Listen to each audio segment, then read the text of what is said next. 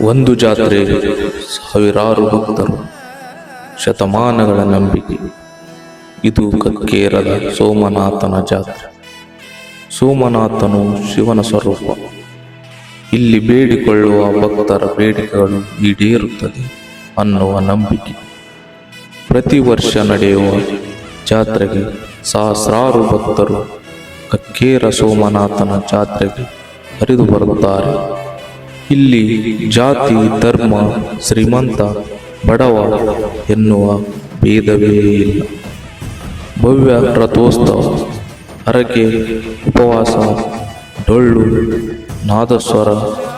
ಇದು ಬರೀ ಜಾತ್ರೆ ಅಷ್ಟೇ ಅಲ್ಲ, ಭಕ್ತಿ, ಮಾನವೀಯತೆಯ ಮತ್ತು ಸಂಸ್ಕೃತಿಯ ಮಹೋತ್ಸವ. ಇಲ್ಲಿ ದೇವರು ತೃಪ್ತಿ ಆಗುತ್ತಾನೆ. ಭಕ್ತರು ದೇವರ ಆಶೀರ್ವಾದ ಪಡೆದು ಧನ್ಯರಾಗುತ್ತಾರೆ. ಇದು ಕಕ್ಕೇರದ ಸೌರಾಷ್ಟ್ರಾಧಿಪತಿ ಶ್ರೀ ಸೋಮನಾಥನ ಜಾತ್ರೆ. ಸನ್ನಿಧಿಗೆ